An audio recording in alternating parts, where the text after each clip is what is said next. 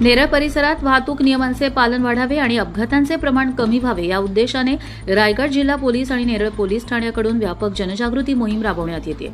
या मोहिमेत नागरिकांना नियमांचे महत्त्व पटवून देतानाच उल्लंघन करणाऱ्यांवर कडक दंडात्मक कारवाईचा इशारा देण्यात आला आहे। या संदर्भात सहाय्यक पोलीस निरीक्षक राहुल वरोटे यांनी स्पष्ट केले की वाहतुकीचे नियम हे केवळ दंडासाठी नसून नागरिकांच्या सुरक्षिततेसाठी आहेत। हेल्मेट, सीट बेल्ट आणि वेगावर नियंत्रण ठेवणे अत्यावश्यक आहे।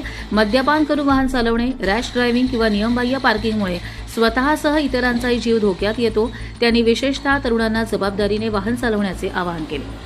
पोलीस प्रशासनाने विविध उल्लंघनांवर दंड निश्चित केले असून विनापरवाना वाहन चालवणे, अतिवेग, मद्यपान करून वाहन चालवणे, मोठ्या आवाजाचे सायलेन्सर, नो पार्किंग तसेच वाहन चालवताना मोबाईल वापरणे यावर कडक कारवाई केली जाणार आहे।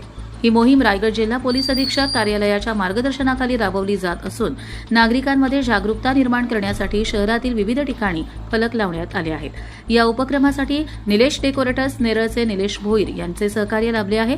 ट्रॅफिक हवालदार नितीन अहिरे यांनी स्वतः उपस्थित राहून जनजागृती फलक लावण्याचे काम केले। प्रशासनाकडून सर्व वाहन चालकांना वाहतूक नियमांचे पालन करून सहकार्य करण्याचे आवाहन करण्यात आले आहे। कर्जत लाईव्हसाठी महेश भगत, नेरळ।